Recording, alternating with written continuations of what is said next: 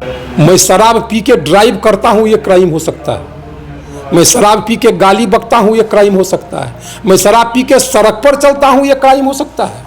लेकिन अल्कोहल अगर मेरे मेंटल हेल्थ के लिए जरूरी हो तो मैं क्या करूंगा आज बिहार में। स्मैक एक समस्या बन चुकी है बिहार के लिए। आपने सरकार की 26,000 करोड़ की रेवेन्यू माफियाओं में बांट दी, यही शराबबंदी है। तो क्यों नहीं इसे खत्म कर दिया जाए। मैं एक संस्थापक सदस्य हूं जन स्वराज का, मैं पदधारक नहीं हूं और मेरी संसदीय आकांक्षा नहीं है। अभी तक आपने बिहार की राजनीति में क्या देखा है। मुखिया पति होते हैं, विधायक पति होते हैं। 300 ट्रक मक्का लोड होके आंध्र प्रदेश जाती है, मुर्गियों का चारा तैयार होता है और बिहार के मुर्गी फार्म में फिर आंध्र प्रदेश से आती है। सीमांचल में 5 से 7 मक्का प्रोसेसिंग का यूनिट खुल जाए तो सीमांचल से लोगों को बाहर नहीं जाना होगा। ये साधारण सी बात है। ये 6,000 करोड़ का प्रोजेक्ट है। शीर्ष का अंत से संवाद हो। नमस्कार, टेलीस्कोप में आपका स्वागत है। और आज की कड़ी में हम आपको एक ऐसे मेहमान से मिलवाने वाले हैं जिन्हें अनेक विषयों का विद्वान कहा जाता है। और आपने हमारे प्रोग्राम में पहले भी परशुराम जयंती पे इनको सुना होगा। जी हाँ, मैं बात कर रहा हूँ राहुल झा जी की। और मामला है जनसुराज का। जनसुराज का सर वाकई जितने भी कम से कम शिक्षित वर्ग में ऐसे बहुत सारे लोग मिले हैं जो जनसुराज, जो कि एक नई पार्टी है, तो उनको एक तरह से मौका दे रहे हैं, उन पर इतना विश्वास कर रहे हैं। सर ऐसा क्यों है कि जनसुराज पे, नई पार्टी पे इतना विश्वास और इतने पुराने लोग, विद्वान लोग, शिक्षित लोग, हर एक प्रोफेशन से जो है इसमें आ रहे हैं। क्या कारण है जनसुराज में जाने का? मूल रूप से आप जहां तक देखिए बिहार की राजनीति में क्या गलत है क्या सही, हम लोग इस विवेचना में नहीं पड़ते। लेकिन विगत 70 सालों में राजनीति से जो रिजल्ट, जो प्रतिफल निकल के आना चाहिए था विकास के रूप में, वैसा समाज में देखने को नहीं मिला। तो प्रबुद्ध वर्गों में एक प्रतिक्रियावादी सोच विकसित हो रही है बिहार की। तो प्रबुद्ध लोग एक नई अवधारणा की तलाश में कि आखिर चूक कहां से हो रही है राजनीतिक व्यवस्था में कि वो रिजल्ट मिल नहीं रहा है जो रिजल्ट मिलना चाहिए। ये उसी का प्रतिफलन है कि प्रबुद्ध लोग एक नई अवधारणा के तहत, एक नई सोच के तहत जो प्रशांत जी लेके आए हुए हैं कि नेतृत्व जनता के बीच से निकलेगा, बात मुद्दों की होगी,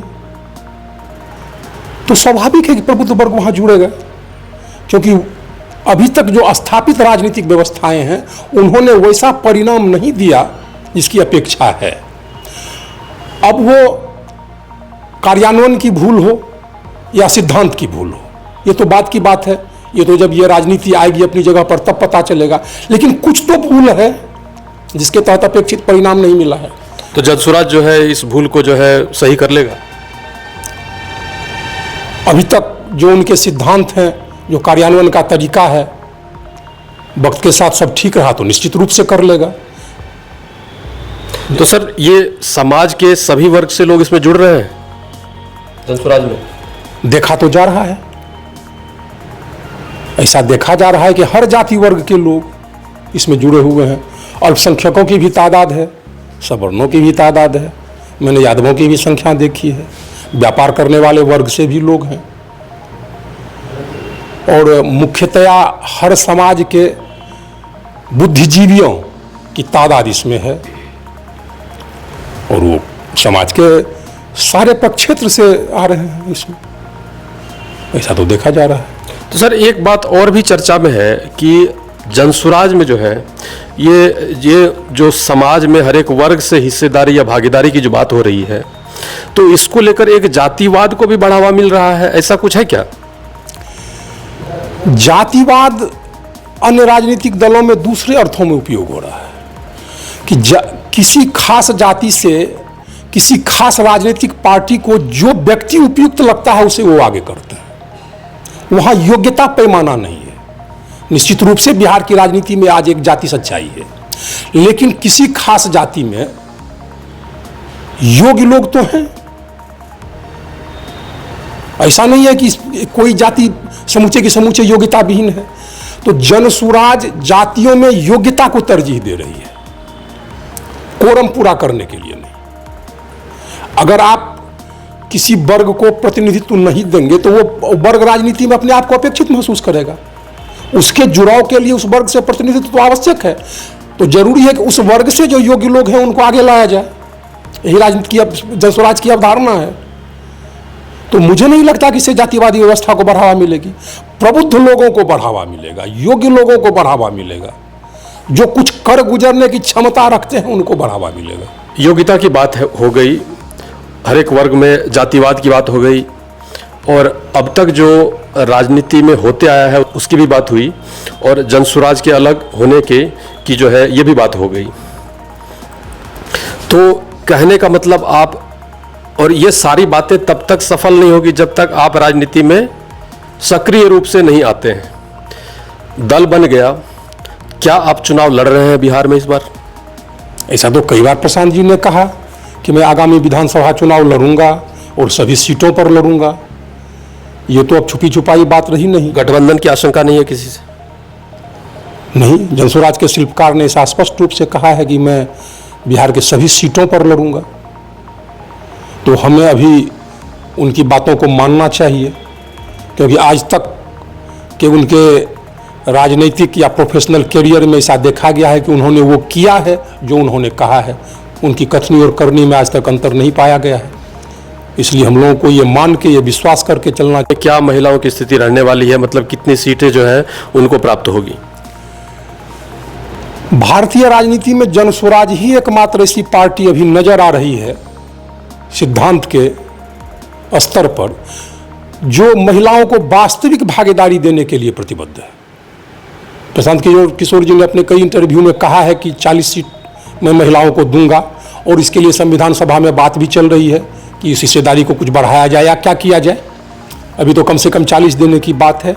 लेकिन देखने वाली बात यह है यहाँ कि 40 वैसी महिलाओं को या 50, जो कुछ भी संख्या तय हो, वैसी महिलाओं को भागीदारी दी जाए जिनका व्यवस्था में वास्तविक हस्तक्षेप हो। अभी तक आपने बिहार की राजनीति में क्या देखा है? मुखिया पति होते हैं, विधायक पति होते हैं,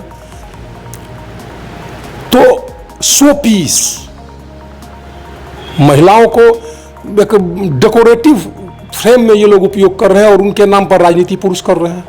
जनस्वराज पहली बार इस बात के लिए अपनी प्रतिबद्धता दर्शाई है कि महिलाओं का वास्तविक प्रतिनिधित्व हो।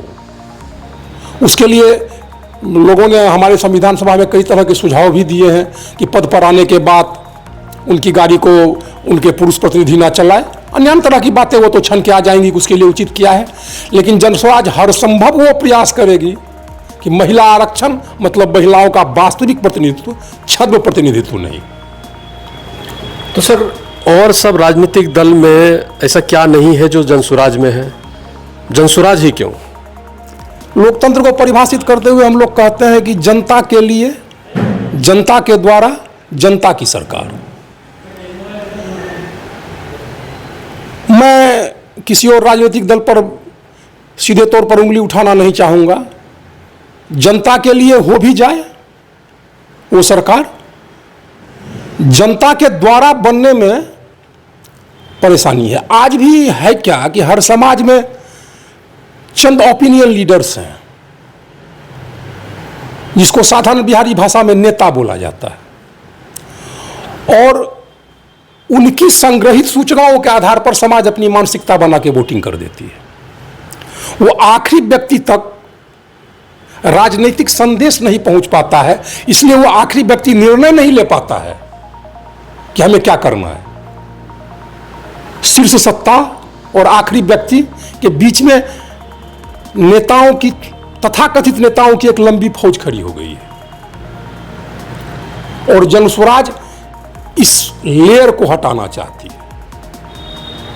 Just like a network marketing, production to bottom, शीर्ष का अंत से संवाद हो।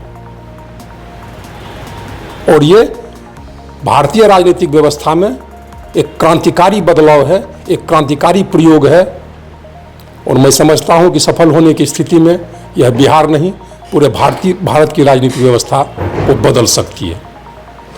तो प्रशांत किशोर जी का जो ये प्रयोग है, और जैसा कि आप सब भरोसा भी जता रहे हैं, तो ये दूरदर्शी साबित होंगे बिहार की राजनीति के लिए, क्या आपको लगता है ऐसा? मेरा तो ऐसा मानना है। वो योग्य व्यक्ति हैं, उन्होंने कई सारी राजनीतिक प्रक्रियाओं को नज़दीक से देखा है, उनको संचालित किया है, अधिकतर जगहों पर उनको सफलता भी मिली है। आज वो सीधे तौर पर अपनी राजनीतिक भागीदारी देने के लिए प्रयासरत हैं, संघर्षरत हैं। मुझे उनकी क्षमता पर कोई संदेह नहीं है। मेरा मानना है कि उन्हें सफलता अवश्य मिलेगी, जनसुराज अवश्य सफल होगा। तो सर, जो कॉन्सेप्ट आप लेके आ रहे हैं और उसको अगर जो है इम्प्लीमेंट कर लिया जाए, अर्थात कि आपको अगर मौका दिया जाए और आपके बस में वो बात हो जो आप करना चाहते हैं, तो क्या लगता है कि आने वाले 10 वर्षों में जो है वो बिहार की क्या स्थिति रहेगी? बिहार को किस कतार में आप देखते हैं? क्या यह जो है अग्रणीय राज्यों की कतार में होगी? निश्चित रूप से। अभी की जो इकाई है समय की, वो 12 वर्षों की है। आज से पहले हमारे बड़े बूढ़े कहा करते थे कि 25 वर्ष में युग बदलता है, व्यवस्थाएं 25 वर्ष में बदलती हैं। टेक्नोलॉजी इतनी आगे जा चुकी है, संचार के साधन इतने आगे बढ़ चुके हैं कि 10 से 12 वर्ष किसी व्यवस्था को बदल देने के लिए और एक मनोनुकूल, उन्नत, विकसित व्यवस्था बनाने के लिए पर्याप्त समय है। अगर जनस्वराज को व्यवस्था परिवर्तन का अधिकार, जिसे आप साधारण शब्दों में सत्ता की प्राप्ति कहते हैं, हो जाए, तो मैं समझता हूं कि 10 साल में बिहार की दशा और दिशा बदल जाएगी और बिहार एक अग्रणी राज्य की भूमिका में, एक विकसित राज्य की भूमिका में आ जाएगा, जिसे अभी तक की एक बीमारू स्टेट। बीमारू क्या सबसे पिछड़े हुए हैं, सबसे गरीब हैं? हाँ, लोगों की ऐसी मानसिकता है और ये दिख भी रहा है धरातल पर। मेरे यहाँ भी पलायन सबसे ज़्यादा है, मेरे यहाँ भी बेरोजगारी सबसे ज़्यादा है।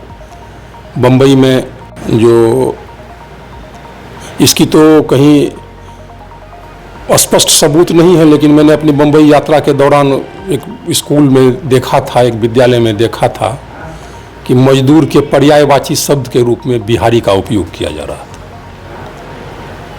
कष्टप्रद है बातें, दुखदाई है बातें। ये बात तो जो राहुल गांधी की बहन है प्रियंका वाड्रा, उन्होंने भी कहा था भैया को भगाएंगे। पंजाब इलेक्शन होने वाला था, ये पिछले वाला, जिसमें कि भगवंत मान जो है मुख्यमंत्री बने हैं। तो उस चुनाव में चरणजीत सिंह चन्नी, जो उस समय पंजाब के मुख्यमंत्री हुआ करते थे कांग्रेस के, चन्नी चन्नी कहते थे उनको, इस तरह का उनका स्टेटमेंट आया था। उसमें है, इंटरनेट पे पड़ा हुआ है, बहुत सारे न्यूज़ चैनल पे पड़ा हुआ है। ये तो वैसा ही तो नहीं है कहीं।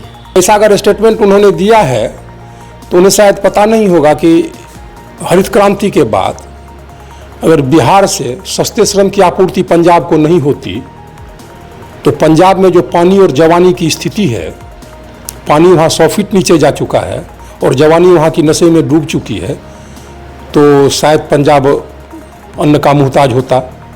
पंजाब को तो शुक्रगुजार होना चाहिए बिहार के सस्ते श्रम का कि आज वो अन्न के मामले में आत्मनिर्भर है और लोगों को निर्यात करता है। अगर बिहारियों के विषय में किसी ने अपमानजनक बातें की हैं तो वो गलत है, मैं उसका विरोध करता हूँ। और अगर जनस्वराज को व्यवस्था में भागीदारी मिलती है तो मेरे श्रम को यूं ही कोई नहीं ले जा पाएगा, उसका अधिकतम उपयोग बिहार में होगा। और ये बात तो है सर, बीच में मैं आपको इंटरप्ट कर रहा हूँ। ये बात तो है कि बिहारियों को, हम बिहार वासियों को, आप किसी भी राज्य में चले जाइए, इस हेय दृष्टि से देखा जाता है, भेदभाव की दृष्टि से देखा जाता है बहुत। अगर आप थोड़ा सा भी अगर आप वहाँ पे मेहनत करने गए हैं, कमाने गए हैं, तब तो आपके लिए ज़िंदगी नर्क है।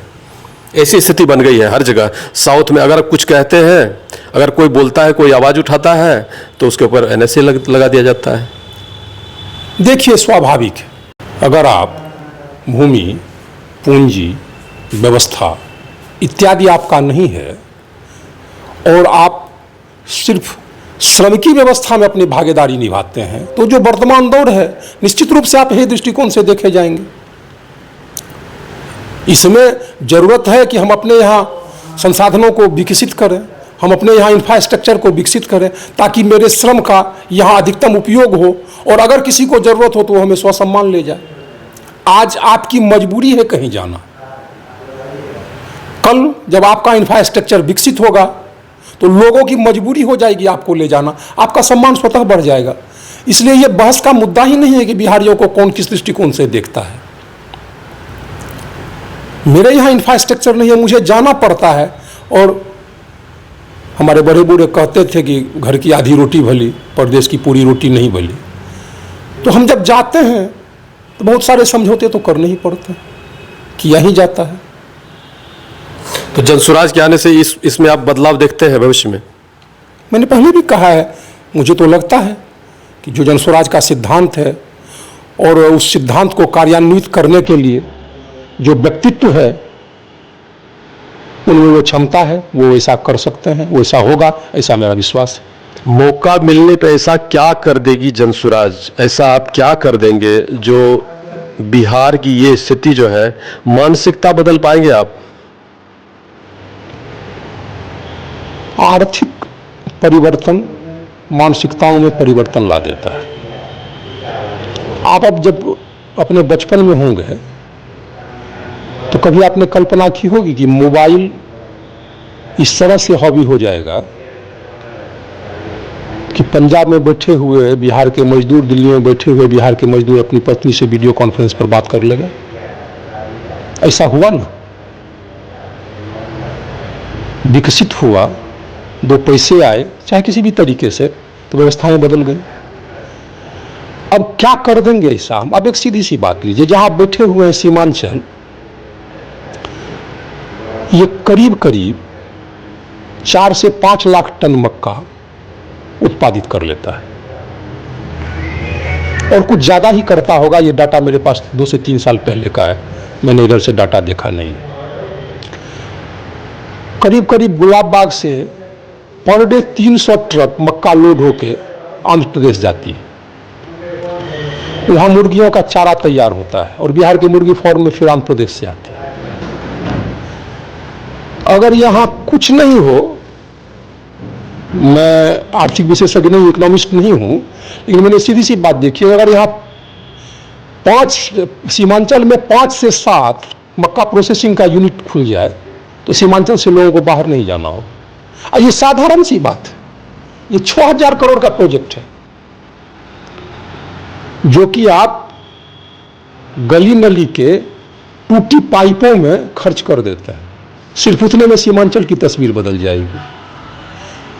और ये एक सामान्य जनरल नॉलेज का विद्यार्थी, एक साइंस का विद्यार्थी इतना जान रहा है, तो अगर विशेषज्ञ इकोनॉमिस्ट कोई बैठेंगे तो इतनी कितनी सारी अवधारणाएं होंगी, ऐसी ढेर सारी अवधारणाएं होंगी। बिल्कुल, राहुल जी की विद्वता पर और इनके विषय ज्ञान पर जो है हमें शक नहीं है। इकोनॉमिस्ट भी अगर कहें या एक साधारण आदमी को भी अगर ये कॉन्सेप्ट कहें कि इस प्रकार की व्यवस्था है, इस प्रकार की व्यवस्था है और इस प्रकार की व्यवस्था हम करना चाहते हैं, तो निश्चित रूप से भरोसा करेगी। लेकिन जो ओवरऑल विजन है, जो आप बिहार को एक अपलिफ्टमेंट देना चाहते हैं या देने का जो है अभी वो दावा भी कर रहे हैं, तो ऐसा क्या विजन है जनसुराज का? आप देखिए, जैसे आपने ये प्लांट के बारे में बताया, मक्का के प्रोसेसिंग प्लांट के बारे में, तो इस प्रकार की और सारी बहुत सारी बातें हैं। आपको जान के ताज्जुब होगा कि बिहार से प्रतिवर्ष 1200 करोड़ रुपए मेडिकल और इंजीनियरिंग की पढ़ाई के लिए बिहार के बच्चे बाहर खर्च करते हैं। और निश्चित रूप से बाहर जाके पढ़ना घर में पढ़ने से दूना खर्च तो देता ही है, लग ही जाता है उसमें। बिल्कुल बिल्कुल। बिहार के 600 से 700 करोड़ प्रति वर्ष मुफ्त में दूसरी जगह जा रहा है, यहाँ उचित व्यवस्था नहीं होने के कारण। जनस्वराज की यह भी एक अवधारणा है कि हम हर संसाधन से युक्त हैं, प्रतिभा है, अगर वो व्यवस्था बिहार में की जाए तो आमूलचूल परिवर्तन आ सकता है।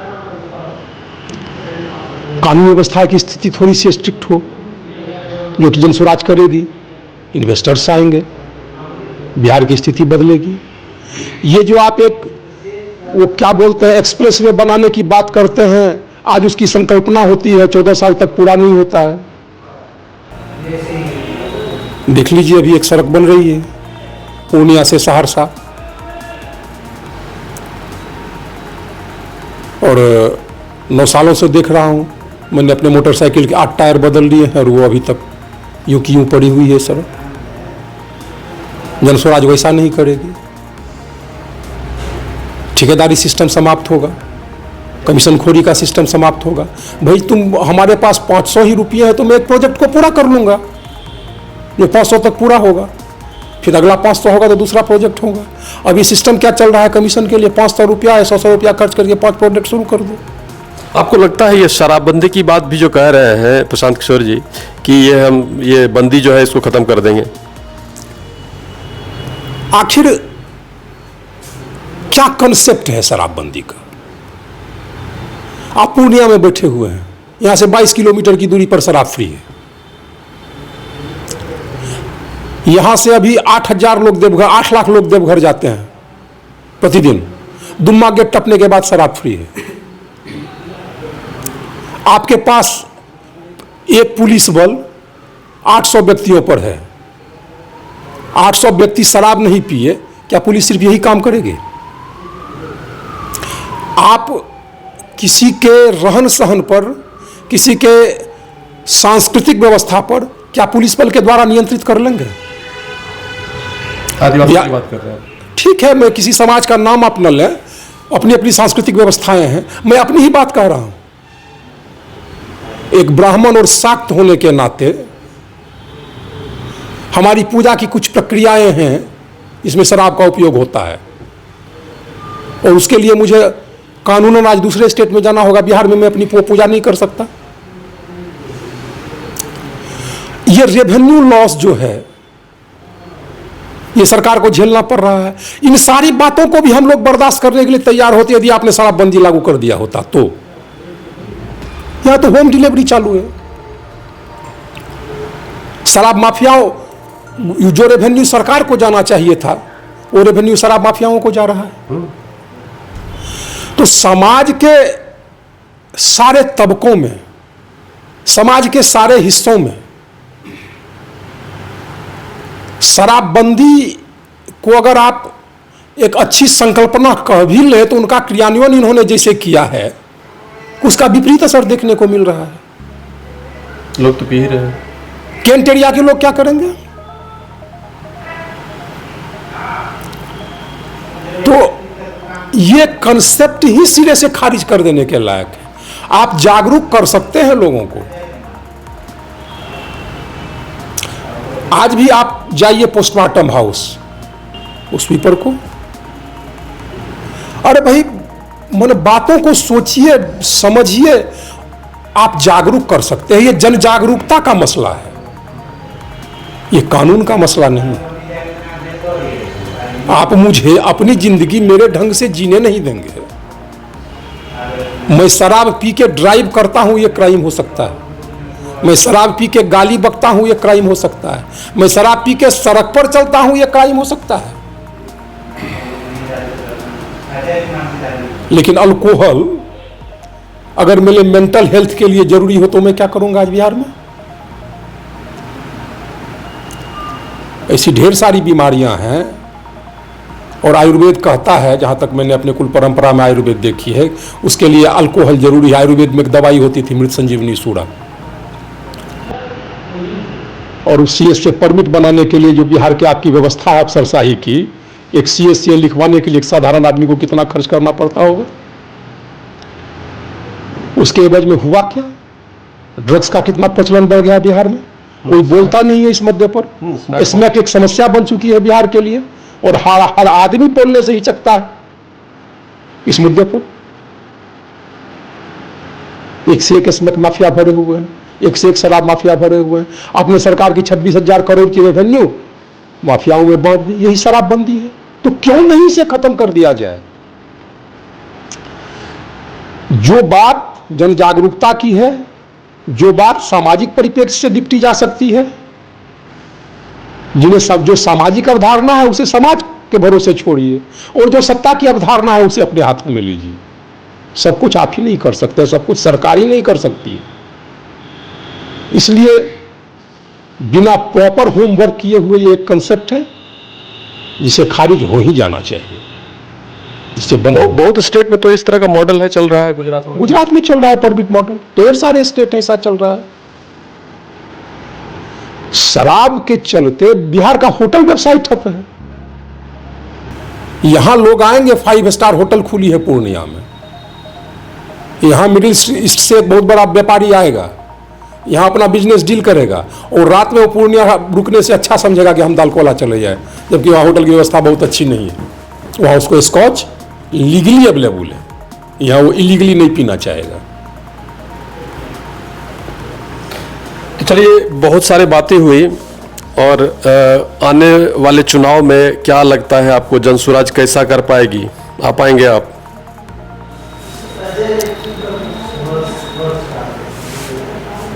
एक जरा हल्की बात कह दूं कि जनसुराज के शिल्पकार बहुत अच्छे सेफोलॉजिस्ट और बहुत बड़े चुनावी प्रबंधक भी रह चुके हैं,